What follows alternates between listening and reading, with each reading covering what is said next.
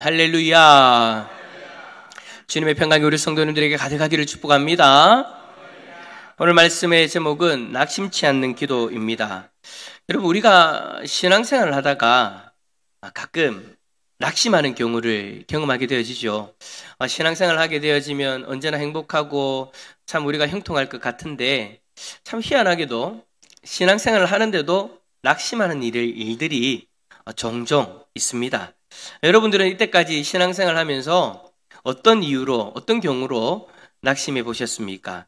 제가 지금까지 신앙생활을 해오면서 여러 분들을 만나고 이야기를 해보니까 신앙생활을 하다가 낙심하게 되어지는 그런 대표적인 경우들이 몇 가지가 있더라고요. 첫 번째로 이야기할 수 있는 거는 사람 때문입니다. 사람 때문에 실족해가지고 낙심을 하는 거예요. 교회 오면 다 천사인 줄 알았는데, 이 신앙생활 해보니까 교회에 들어와서 여러 사람들을 만나고 좀 가까워지고 여러 가지 일들을 경험해 보니까 그게 아니더라라는 것을 발견하게 되어지죠. 그래서 마음에 낙심을 하는 거예요. 교회 다니는 사람들 다 천사 같고 다 좋은 사람 같은데, 그래서 항상 관계 속에서 행복할 것 같은데 그런 것이 아니다라는 거죠. 근데 여러분, 제가 생각할 때 이러한 낙심은요, 교회에 대한 오해로부터 시작되어졌다라고 저는 이야기를 하고 싶습니다. 여러분, 예수 믿는 사람들은요, 천사 같지 않아요. 다들 천사가 되어주시면 좋겠지만, 천사처럼 항상 웃고 행복한 그런 모습이면 좋겠지만, 여러분, 그렇지 않더라는 거예요. 예수님을 믿는 사람들은요, 결코 완전한 의인이 아닙니다. 의로운 사람이어서 천국 가게 되어진 것이 아니라는 거예요. 우리가 천국 가게 되어지는 이유는요, 예수님을 믿기 때문에, 예수 그리스도의 의로 말미암아 하나님 앞에서 의로운 사람이다라고 인정받아서, 그러니까 우리가 의로워서 의롭다라고 인정받아 천국 가는 것이 아니고요, 내가 믿는 예수님 때문에, 그 예수 그리스도의 의 때문에 우리가 하나님 앞에서 의롭다라고 칭함받아서 인정받아서 그렇게 천국 가는 것이죠. 그래서 여러분, 우리는요, 모두가 다 죄인이에요. 그런 죄인이 은혜를 입어서 믿음을 가지게 되었고, 그 믿음을 가지고 예수님의 의를 닮아가기 위해서 우리는 그 신앙생활을 하고 있는 거죠. 여러분, 그게요, 교회 공동체의 솔직한 모습이에요. 그러다 보니까 여러분, 많이 부족합니다. 그래서 여러분, 성경은요, 우리에게 계속해서 예수 믿는 자가 예수 그리스도의 의로 말미암아 하나님 앞에 의롭다라고 칭함받는 이들이 어떤 삶을 살아야 되는가에 대해서 계속해서 권면하고, 우리는 그 권면들을 받아들이고 지금도 그 권면대로 살아가기 위해서 노력을 하는 것이죠. 완벽하게 되어져서 우리가 천국 갈 수 있다라고 이야기하는 것이 아니라, 그 의로 말미암아, 예수 그리스도의 의로 말미암아 우리가 구원받는 거니까 그 의에 합당한 삶을 살아가자. 그게 지금 여러분, 우리 교회의 공동체에 속해 있는 우리 모두의 모습이다라는 것입니다. 여러분, 만약에요, 우리가 모두 완벽하다면 성경에서 그런 권면을 할 필요가 뭐가 있겠습니까?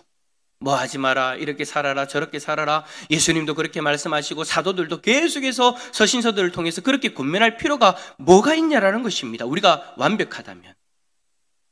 이 땅에서 여전히 부족하고 연약한 육신을 입고 있기 때문에 죄를 범할 수 있는 그런 확률이 있는 사람들이니까 성경은 계속해서 우리에게 권면하는 거예요. 교회는 이러한 사람들이 모여서 함께 서로를 격려하고 또 서로 권면하면서 노력하는 그런 공동체이죠. 그러다 보니까 어떨 때는 여러분, 서로에게 원하지 않는 상처를 줄 때도 있습니다. 서로 노력은 하지만 아직까지 부족함이 많은 사람들이기 때문에 원치 않게 실족을 하게 하는 그런 일들이 일어나는 거예요. 근데 중요한 거는요, 그러면 교회 다니는 사람들이랑 밖에 있는 사람들이랑 다른 게 뭐냐? 우리는요, 그렇게 실수를 하게 되어졌을 때 하나님 말씀을 통해 우리의 실수를 깨달을 수 있도록 성령 하나님이 우리의 마음 가운데 감동을 주십니다. 하나님이 우리의 연약한 모습을 깨닫게 해주시면 우리는요, 하나님 앞에 회개하고, 왜냐하면 형제를 실족하게 했으니까 우리는 하나님 앞에 그 모습을 놓고 회개하고, 또 내가 실족하게 한 그 이에게 다가가서 용서를 구하죠. 그럴 수 있도록 우리 안에 계시는 성령 하나님께서 용기를 주시고 말씀을 통해서 우리를 그렇게 인도하시는 거예요. 그리고 우리가 그렇게 용서를 구할 때 나를 통해서 시험에 들어있는 낙심하고 있는 그는 또 그리스도께서 자신을 용서해 주셨다는 그런 믿음이 있기 때문에 결국 그 사람을 사랑으로 용서해 줄 수 있는 거예요. 이것이 여러분 제가 생각할 때는 믿는 사람들이 가지고 있는 힘이다라고 저는 그렇게 생각하고 있습니다. 그러니까 우리가 완전한 의로운 삶을 살아가는 것이 믿는 사람의 힘이 아니고요. 우리는 그렇게 돌이킬 수 있고 사랑으로 용서하고 그 용서를 비는 자를 사랑할 수 있는 그 삶이 바로 교회 신앙생활하고 있는 예수 그리스도를 믿고 있는 사람의 진정한 신앙의 힘이다라는 것이죠. 여러분 이것을 우리가 잘 알고 있으면 사람 때문에 힘듦을 경험해도 우리는 잘 이겨내는데 교회에 대해서 이것을 오해해버리니까 사람 때문에 낙심하는 그런 일들이 일어나는 거예요. 그래서 여러분 우리가 2주 전에 우리가 살펴봤던 그 말씀처럼 예수님 우리에게 이 두 가지를 딱 얘기했잖아요. 우리는 형제를 실족하게 해서는 안 된다라는 거. 그리고 회개하는 자는 용서해 주라고 하시는 그 두 가지의 말씀을 동시에 우리에게 주셨죠. 그러니 여러분 교회에 대해서 오해함으로 사람 때문에 낙심하는 일이 없기를 바랍니다. 두 번째 여러분 낙심하는 경우가 오늘 바로 본문에서 예수님이 이야기하시는 그 경우예요. 어떤 경우냐? 바로 기도 때문이에요. 아니 기도 때문에 낙심한다? 오늘 말씀이 이 부분에 대해서 다루시는 건데 여러분 도대체 왜 이런 이야기를 하시는가? 자, 우리 1절 말씀 한번 읽어볼까요? 뭐라고 말씀하시는가 읽어봅시다. 시작. 예수께서 그들에게 낙심하지 말아야 할 것을 비유로 말씀하여. 아멘. 자, 예수님은요 우리가 항상 기도할 때에 낙심하지 말아야 될 것이 한 가지 있다라고 그렇게 이야기를 합니다. 여러분 기도를 하는데 하나님을 내가 붙들고 하나님을 의지하는 그 시간에 하나님의 뜻을 구하는 시간에 여러분 왜 우리가 낙심할까요? 도대체 낙심할 일이 기도하는 가운데 여러분 뭐가 있을까요? 여러분 우리는요 교회에 나와서 기도에 대해서 배우지 않습니까? 우리를 사랑하시는 하나님이 우리의 기도를 들어주신다라고 그렇게 성경에서 이야기하셔가지고 우리는 어렵고 힘들 때마다 하나님을 찾고 하나님 앞에 간절히 부르짖으면서 기도합니다. 그런데 기도를 하고 났는데 바로 응답이 되어지지 않는 거예요. 기도하면 들어주시겠다고 하신 하나님, 구하라, 줄게, 찾으라, 찾을 수 있게 해줄게 라고 그렇게 해주신 그 주님이 약속하신 말씀들이 있는데 우리는 그 약속의 말씀들을 믿고 의지하면서 우리가 하나님 앞에 기도하는데 기도를 간절하게 하고 나서 집으로 갔는데 똑같은 거예요. 기도를 간절하게 하고 나서 직장에 갔는데 똑같은 거예요. 바로 응답되어지지 않는 거예요. 즉각적인 변화도 없고 하나님이 마치 내 기도의 길을 막고 계시는 것처럼 생각되어질 때가 있더라라는 것이죠. 그때 우리가 경험하게 되어지는 낙심. 여러분들 아마 신앙생활 하시면서 처음에 기도에 대해서 배우시고 기도를 열심히 하실 때 아마 이런 낙심들 한 번 정도는 경험해 보셨을 거예요. 근데 제가 보니까 신앙생활 수십 년 해도 그 낙심과 싸우고 있는 모습들을 저는 참 많이 보게 되어집니다. 그런 경우에 정말 하나님 앞에 간절한 그런 어떤 상황인데 하나님이 즉각적인 응답을 주지 않을 때 이러한 경우에 기도를 하면서 낙심하게 되는 거예요. 이러한 경우를 오늘 본문에서는 예수님이요 비유를 들어가지고 설명을 해주시는데 여러분 어떤 도시에 하나님을 두려워하지 않고 사람을 무시하는 한 재판장이 있었답니다. 이 재판장에 대해서 나중에 불의한 재판장이다라고 이야기하시는데 오늘 여러분 그 도시의 한 가부가 자신의 원한을 풀어달라고 이 불의한 재판관에게 찾아오는 거예요. 하나님도 두려워하지 않고 사람을 무시하는 사람이니 이 재판장은 어떻게 합니까? 그 과부의 요청을 거절해버리죠. 들어줄 리가 없죠. 사람을 무시하는데 자기에게 이익이 되지 않는, 유익이 되지 않는 그 사람이 찾아와서 이렇게 해주십시오, 자신의 원한을 해결해 주십시오 라고 이야기를 하니 들어줄 이유가 없는 거예요. 본인 입장에서는 자기에게 유익이 안 되어지니까. 그런데도 여러분 이 과부가요 계속해서 재판장에게 찾아와가지고 번거롭게 합니다. 계속해서 찾아와서 나의 원한을 해결해 주십시오, 풀어주십시오. 나중에는 여러분 내가 밤낮으로 찾아와서 당신을 괴롭게 하겠다라고 그렇게까지 협박하는 협박을 해버리는 거예요. 그때 이 재판장이 가만히 생각해 보니까 내가 이 가부의 소원을 들어줘가지고 물질적인 유익도 없고 아무 유익도 없지만 이거 내가 이거 가만히 안 들어주면 내가 힘들어지겠다. 밤낮으로 찾아와가지고 내 원한을 해결해 주세요, 풀어주세요 라고 그렇게 부탁하면 여러분 얼마나 힘들겠습니까? 그게 이제 안 봐도 훤한 거예요. 그래서 결국에는 그게 너무 힘들어서 이 과부의 원한을 풀어주게 됩니다. 자, 예수님은요, 이 불의한 재판관을 예를 들면서 하나님과 이 불의한 재판관을 비교를 하세요. 이렇게 불의한 재판관도 결국에는 자기가 너무 힘들어가지고 밤낮으로 찾아와서 원한을 풀어달라고 하는 그 강구 때문에 부탁 때문에 힘들어서 그 원한을 풀어주는데 하물며 하나님께서는 어떠하시겠느냐 라는 질문인 거예요. 여러분, 하나님은요, 불의한 재판관과는 달라요. 무엇이 다릅니까? 먼저는요, 하나님은 우리를 무시하거나 멸시하지 않습니다. 과부가 아무 유익이 없다고 해서 여러분 무시했던 그 불의한 재판관하고 다르다라는 거예요. 시편 22편 24절에 시편 기자는 이러한 하나님에 대해서 설명을 하죠. 한번 읽어볼까요? 시작. 그는 공고한 자의 공고를 멸시하거나 싫어하지 아니하시며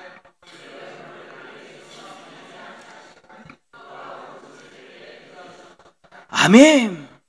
그래, 여러분, 우리 하나님은요, 공관자의 공고를 멸시하거나 싫어하지 않으신대요. 오히려 여러분, 그러한 자가 울부짖을 때에 들으시는 분이다 라고 그렇게 시편 기자는 고백합니다. 여러분, 불의한 재판관하고 완전히 다르죠. 사람을 무시해요. 불의한 재판관은 자기의 유익이 없으면 재판도 여러분 아무나 다 해결해 주지 않아요. 근데 우리 하나님은요, 우리를 무시하지 않는데, 우리가 좀 이 세상 가운데서 좀 부족한 사람으로 살고 있고 내가 뭔가 내세울 것이 없고 세상 가운데 부탁할 사람이 없는 그런 어떤 모습이라 할지라도 우리 하나님은 우리를 무시하지 않는데, 하나님은요, 우리가 울부짖을 때에 우리의 그 울부짖음을 들어주신대요. 그리고 뿐만 아닙니다. 우리 하나님은요, 우리를 사랑하는 분이래요. 재판관에게는 없는 그 사랑이 우리 하나님에게는 가득하시죠. 하나님의 사랑을 여러분 우리가 어떻게 알 수 있습니까? 성경 곳곳에서 하나님은 사랑이시라고, 하나님은 이렇게 사랑한다고, 이스라엘 백성들의 역사를 쫙 펼쳐놓고 하나님이 우리를 얼만큼 사랑하시는가, 하나님의 백성을 얼만큼 사랑하시고 어떻게 위하시고 어떻게 보호하시고 어떻게 인도하시는가, 그 사랑을 여러분 구약 성경 가운데 푹하게 묻혀놨지 않습니까? 그리고 여러분 신약 성경에 와서는요, 우리를 사랑하시는 것을 자신의 독생자 예수 그리스도를 통해서 증명해 보이셨어요. 하나님은 자신의 독생자이신 예수 그리스도를 이 땅에 친히 보내주시고 사랑하는 우리를 죄의 저주 아래에서 구원하기 위해서 그 독생자의 생명을 십자가에서 내어주셨어요. 그 생명으로 우리는 지금 구원받아서 하나님의 백성이라고 이 자리에 앉아 있는 거잖아요. 하나님은 그렇게 우리를 사랑하신다라는 것을 증명해 보이셨습니다. 그런 하나님이 밤낮 부르짖는 택하신 자들의 그 원한을 풀어주시지 않으시겠습니까? 불의한 재판관도 자신이 번거롭게 되는 것이 싫어서 밤낮 부탁하는 그 가부의 원한을 풀어주었는데 하물며 우리를 무시하지도 않으시고 우리를 사랑하시는 그 하나님이 어떻게 우리가 부르짖는 그 부르짖음에 가만히 계시겠냐라는 것이죠. 하나님은 반드시 우리의 기도를 들으시고 그 기도에 응답하시는 분이십니다. 하지만 어떨 때에는 그 응답이 더디 오는 것처럼 보일 수가 있어요. 그러니까 앞에서 이야기했던 것처럼 기도할 때 낙심하는 그런 경우들 말입니다. 아무리 기도해도 하나님이 내가 생각하는 그때쯤에 안 들어주시는 거예요. 이쯤 되어지면 들어주셨으면 좋겠는데 한 달을 기도하고 두 달을 기도하고 그렇게 기도했는데 왜 하나님이 들어주지 않는가? 밤낮으로 기도하는데도 왜 하나님이 들어주지 않는가라고 우리가 그렇게 여기고 우리 스스로 마음이 낙심되어지는 그런 일이 일어난다는 거죠. 그런데 여러분, 오늘 본문 말씀은 뭐예요? 절대 그러한 경우에도 낙심하지 말아라. 하나님은 절대 우리의 기도를 무시하는 분이 아니다. 하나님은 지금 당장 우리가 원할 때 응답하지 않는다 할지라도 반드시 지금도 밤낮 울부짖는 그 울부짖음을 듣고 계시고 그 울부짖음에 응답하시는 분이시다라는 것을 예수님은 우리들에게 더 확고히 말씀하고 계시는 것입니다. 기도 때문에 낙심할 필요가 없어요. 우리 하나님이 만약에 병덕의 하나님이라면 낙심해도 됩니다. 그러나 우리 하나님은 병덕의 하나님이 아닙니다. 우리 하나님의 사랑은 신실합니다. 우리의 기도를 들으시고 응답하시는 하나님은 신실하신 분이십니다. 그런데 우리 입장에서 당장 응답이 없다라는 현상만을 가지고 하나님에 대해서 오해를 해버리고 낙심하니 문제가 되어 지어버리는 거죠. 요즘 여러분 우리가 에스라서의 말씀을 새벽마다 대하고 있습니다. 에스라서에 보면은요, 1차 포로로 귀하는 이들이 성전을 재건하는 그 사건을 기록하고 있는데요. 성전 기초를 할 때, 성전 기초 공사를 할 때 일화를 제가 한 가지 얘기해 드릴게요. 여러분, 예루살렘에 도착한 이들이 성전을 건축하기 위해서 목수들, 석수들을 고용합니다. 그리고 바사왕, 즉 페르시아 왕 고레스가 약속한 그 백항목도 가지고 오죠. 그리고 공사를 하기에 적합한 때가 되어졌을 때 성전 재건을 시작합니다. 건물을 지으려면 여러분 제일 먼저 뭘 해야 됩니까? 기초 공사를 해야 되죠. 땅을 다지고 그 위에다가 돌을 놓습니다. 여러분, 기초 공사라는 것은 말 그대로 건물을 올리는 공사의 시작점이에요. 그런데 여러분, 기초 공사를 할 때 예루살렘이요, 참 특이한 행동을 합니다. 다 모여듭니다. 기초 공사를 이제 시작하는 건데 기초 공사를 하고 있는 그 자리에 다 모여가지고 어떻게 하냐면 큰 소리로 하나님을 찬송합니다. 이제 곧 기초 공사인데 마치 여러분 공사가 끝난 것처럼 하나님 앞에서 기뻐하며 큰 소리로 찬송하죠. 주는 지극히 선하심으로 그의 인자심이 이스라엘에 영원하시도다. 이 내용만 보면은요, 공사 다 끝난 것 같아요. 그런데 여러분, 성경 보면 이제 시작이에요. 근데 여러분, 얼마나 크게 찬송했느냐? 멀리 있는 사람들이 다 들릴 정도로 그렇게 찬송했대요. 근데 여러분, 참 좋지 않습니까? 성전이 다시 재건되어지니까. 그래서 즐겁게 찬송하고 온 성도들이, 온 이스라엘 백성들이 함께 기뻐했는데 얼마 지나지 않아서 그 모든 기쁨이 꺾여버립니다. 어떻게 되어지느냐? 사마리아 사람들이 찾아와서 자신들도 공사에 참여하게 해달라라고 그렇게 요청을 해요. 근데 남유다 백성들이, 이스라엘 백성들이 거부를 해버려요. 왜냐하면 그들은 이미 이방인들과 섞여버린, 피가 섞여버려서 우상도 섬기는 그런 어떤 모습이기 때문에 그들이 거부를 해요. 근데 이 사마리아인들이요, 거부를 당하니까 바사 왕국의 고위 관리들을 돈으로 매수해가지고 성전 공사를 못하도록 막아버린 거예요. 여러분, 바사 왕이 허락해서 왔는데 바사 왕이 막아버리니까 여러분 더 이상 공사를 할 수 없는 거예요. 그것도 여러분 16년 동안. 자, 여러분, 이스라엘 백성들의 마음이 어땠을까요? 그들이 그토록 기다리고 바라고 기도했던 그 성전의 재건이 시작되어졌는데 얼마 지나지 않아서 이제 기초공사했는데 멈춰져 버리고 16년이라는 시간을 기다렸던 거예요. 근데 여러분, 그 16년도 여러분 우리가 아니까 16년이죠. 그 사람들 입장에서는 기약 없는 날인 거예요. 이 상황이 되어지니까 충분히 낙심할 만한 상황이죠. 하나님을 즐겁게 찬송하고 하나님 앞에 기도하고 하나님의 이름을 높였습니다. 그런데 그렇게 바라고 그렇게 기도했던 그 성전 재건이 더 이상 진행되어지지 않는 거예요. 그렇다면 그들은 여러분 어떻게 생각할까요? 아, 하나님이 마음이 변하셨는갑다. 하나님이 우리의 기도를 들어주시는 척 하다가 마르셨는갑다. 낙심하고 포기해버릴 수 있겠죠. 그런데 여러분, 이스라엘 백성들은 그러지 않았어요. 사마리아인들의 반대에도 불구하고 방해 공작에도 불구하고 그들은 결국에요 16년이 지나고 나서 하나님의 이끄심을 통해서 다시 성전 재건을 다 완수하게 되어집니다. 16년이 지나고 나서 하나님이 그들의 기도를 들어주지 않은 게 아니에요. 하나님은 그들의 울부짖음을 듣고 보고 계셨고 하나님의 때가 되어졌을 때 그 일을 이루셨어요. 저는 여러분 이러한 일들을 보면서 하나님은 반드시 우리의 기도를 들으시고 반드시 응답하시는 분이라는 것을 확신하게 되어집니다. 근데 우리 입장에서 우리의 시간으로는 그때까지가 더뎌 보여질 수 있어요.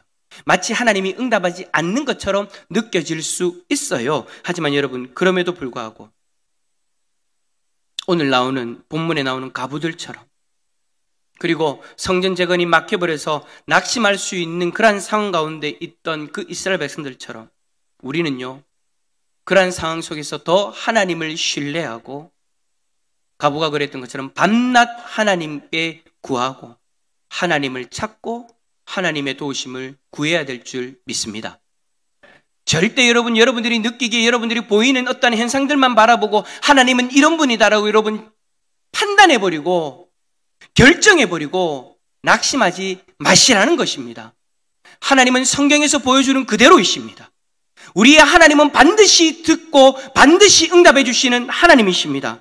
그러니 여러분, 지금 우리의 눈에 보이는 현상만 가지고 낙심하지 마시라는 거예요. 주님이 8절의 말씀을 해서 우리에게 말씀하십니다. 8절 말씀 읽어봅시다. 시작. 내가 너희에게 이르노니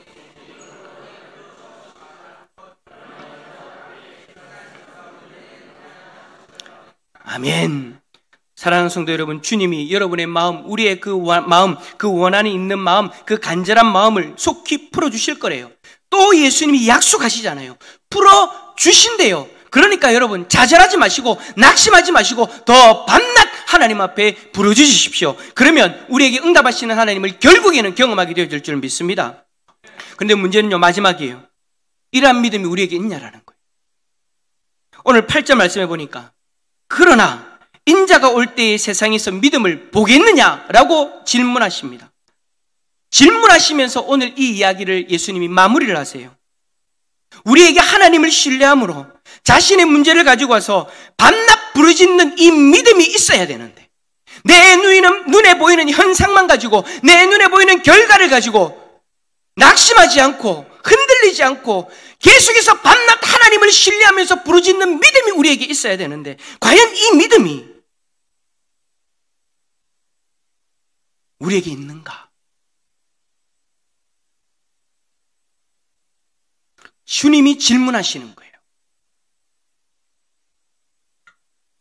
많은 사람들이 기도를 하는데 한두 번 하고 마는 경우들이 많습니다. 그리고는 낙심해 버립니다. 그런 믿음이 없는 거예요. 그렇다면 여러분, 저와 여러분은 어떻습니까? 주님이 이 믿음이 있느냐라고 물어보시는데 우리는 무엇이라고 답할 수 있을까요?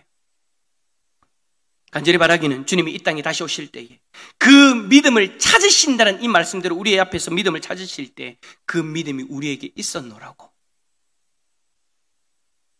내가 낙심하지 않고 끝까지 하나님을 붙들고 밤낮으로 하나님을 찾고 하나님의 도우심을 구하여서 하나님의 응답하심을 경험했노라고 고백할 수 있는 저와 여러분들이 다 되어질 수 있기를 예수 그리스도 이름으로 축원합니다.